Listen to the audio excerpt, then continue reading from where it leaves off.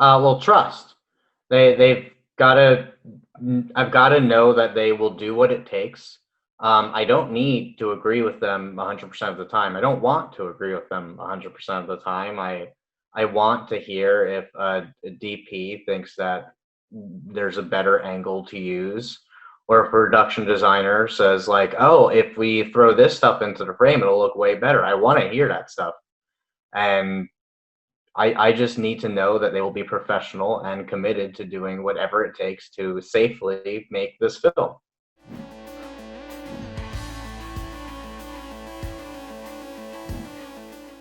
Well, it depends on the movie. Like Freddy Krueger and Eric Killmonger are both great villains, but for completely different reasons. Freddy Krueger is this pure evil maniac who's just so much fun to watch. I mean, even though you don't agree with anything he does, you still love him. And Eric Killmonger is sympathetic. You almost do agree with what he does half the time. Not literally, I hope, but you understand where he's coming from. He has a point, and he even changes the protagonist's mind a little bit by the end of the movie. And then on the other hand, you've got someone like Noah Cross from Chinatown is this slimy coward bastard. You absolutely despise him. You want to see him fail.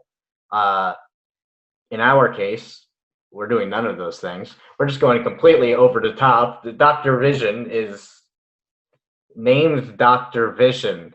He's not meant to be taken seriously. He's just there to create these bizarre antics that will engage the group of kids and make for a fun movie, I hope.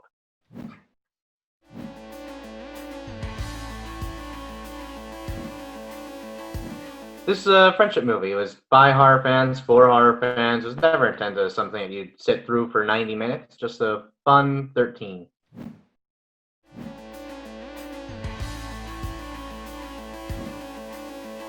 Obviously, it depends on the film. I am someone who loves both Jacob's Ladder and Chopping Mall, and I do not watch those movies for the same reason. But I had this very English screenwriting professor in college who I always go back to. He said that there are four reasons that a movie can exist. There are four things it may accomplish. It only needs to do one of them. It can reach out to your mind. It can reach out to your heart. It can tickle your fancy, or it can assault your gut. So obviously, Blind Spot does all four of those, especially the reaching out to your mind thing. It's a very intellectual splatter film.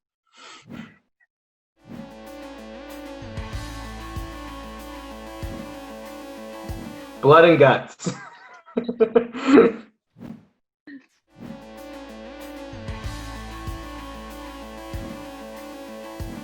No. Really interesting question, but no. Actors will always bring a bit of themselves to the table, but they're also actors, and they can play something that they're not. And if they can't do that, if I really don't like when actors are like, I have to be this dark and brooding person in order to play this dark and brooding character. To me, it just almost creates an unsafe environment. I don't like it. It's just a hindrance. It can just get in the way. It can just be annoying. Um, our actor who played our villain, Marc Choen, is the very kind, caring, friendly soul. He's played a lot of villains, but he is the opposite of that. He's a really great person. He's a pleasure to work with. I love Marc. And he's an actor, so he can play evil even when he is not evil himself at all.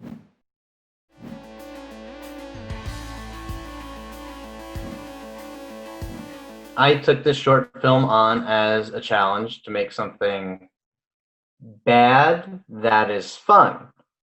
Now that I've done that, now I am ready to move on to bigger projects with more reach, make something good that is fun.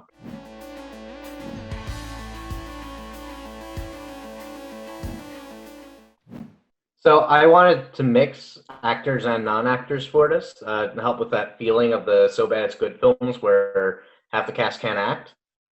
I love these movies. I love those like straight wooden performances where you're reading this terrible dialogue and there is no good way to perform these lines. There's not supposed to be a good way to perform these lines. So we cast Marc, James, and Shannon. They are professional, great actors who are friends of ours and can act as though they can't act, but totally know what they're doing and are in on the joke, and they're able to do the stunts and whatnot without a problem. And the rest of the cast are fake actors who are friends, and my dad.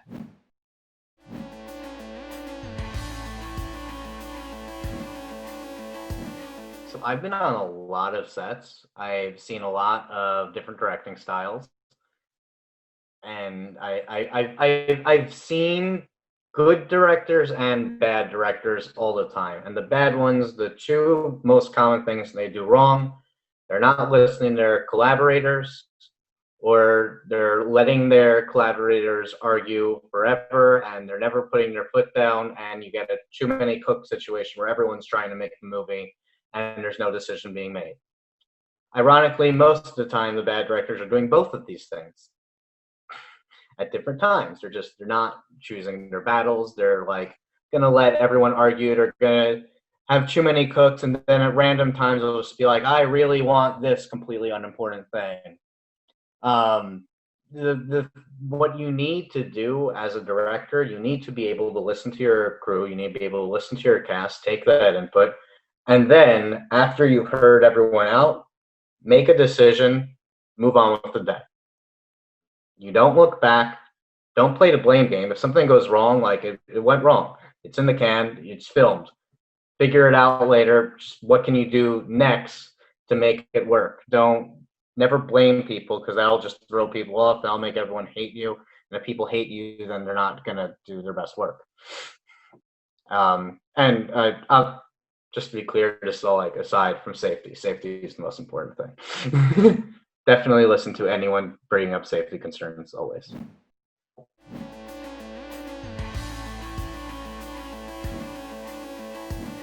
I love input from actors. If an actor comes to me with an idea for how they want to play something in the script, or if they come to me saying that whatever I'm thinking isn't going to work for them, then I want to hear that. I want to know you need to work with your actors to create something that will work. And every actor is different. Sometimes something will work for an actor. Sometimes a different actor, it won't work anymore. And you need to be able to work with that and create a dynamic scene that way. So if an actor comes to me, even if I don't think their idea will work, I want to try it first. Sometimes they'll surprise you. Sometimes they won't. And then you say, hey, that didn't work. And they say, great, moving on. And they'll just be happy that you listened to them and let them try it. The job of a director is not to command, it's to direct, to guide.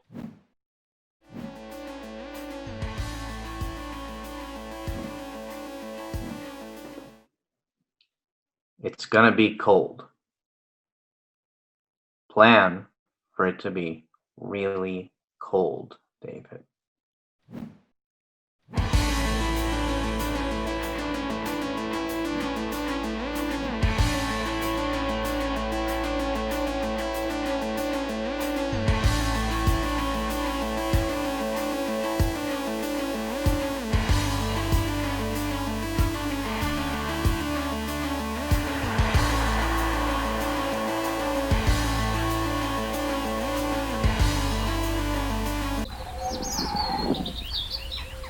Oh dear,